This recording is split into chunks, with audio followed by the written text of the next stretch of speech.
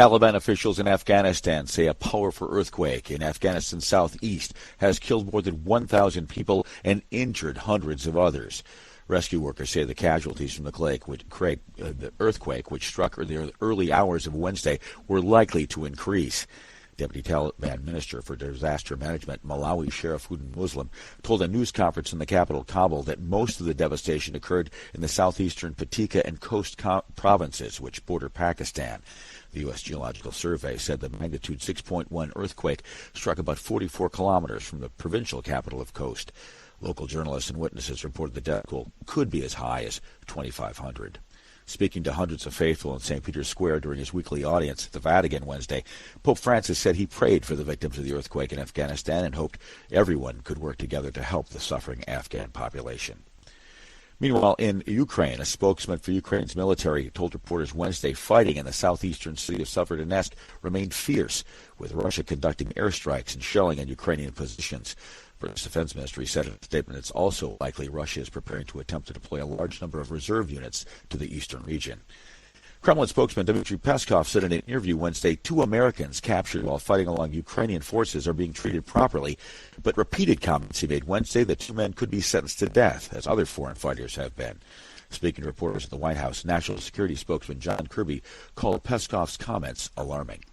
It's appalling that a public official in Russia would even suggest the death penalty for 2 American citizens that were in Ukraine. Sri Lanka's prime minister says its debt-laden economy has collapsed after months of shortages of food, fuel, and electricity, and comments underscoring the country's dire situation as it seeks help from international lenders. Prime Minister Ranil Wickremesinghe told Parliament the South Asian country is facing a far more serious situation beyond the mere shortages of fuel, gasoline, electricity, and food. He said the economy had completely collapsed. Wickremesinghe is also the finance minister and tasked with stabilizing the economy. He said Sri Lanka cannot purchase imported fuel, even for cash, due to its heavy debt owed to it by its petroleum corporation. The country is negotiating with the International Monetary Fund for a bailout, with a preliminary agreement expected next month. Lawmakers of the country's 2 main opposition parties are boycotting Parliament this week to protest against Wickremesinghe for not having delivered on his pledges to turn the economy around. He became prime minister just over a month ago. U.S. President Joe Biden is preparing to call on Congress to suspend the federal gasoline and diesel taxes for a month. VOA's Tommy McNeil has details. It's a move meant to ease financial pressures at the pump that also reveals the political toxicity of high gas prices in an election year. Administration officials say Biden wants to suspend the 18.4 cents a gallon tax on gas and 24.4 cents a gallon on diesel fuel. If the gas savings were fully passed along to consumers, people would save roughly 3.6% at the pump. Prices are averaging about $5 a gallon nationwide. Lawmakers in both parties have been skeptical of the idea. Tommy McNeil, VOA News, Washington. Scientists say climate change is a factor behind the devastating floods currently ravaging Bangladesh and northeastern India that have killed dozens and displaced thousands more. While the region is no stranger to flooding, it typically takes place later in the year when monsoon rains are well underway. This year's torrential rainfall lashed the area as early as March.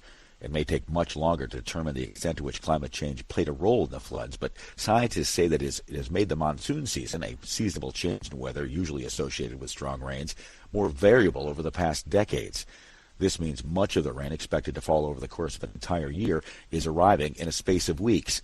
The northeastern Indian state of Meghalaya received nearly 3 times its average June rainfall in just the first 3 weeks of the month. Repeating the hour's top story, Taliban officials say a powerful earthquake in Afghanistan's southeast has killed more than 1,000 people and injured hundreds of others, with death tolls likely to rise.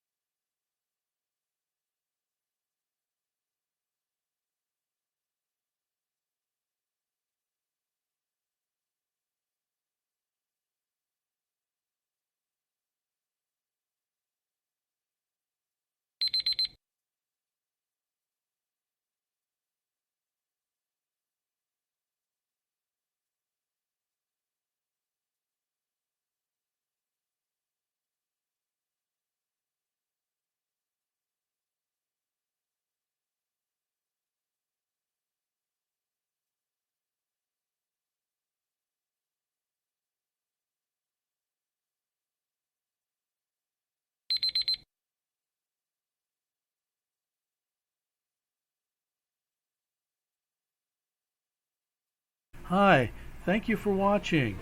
I hope the videos are useful for you. Please subscribe to my channel using the button below.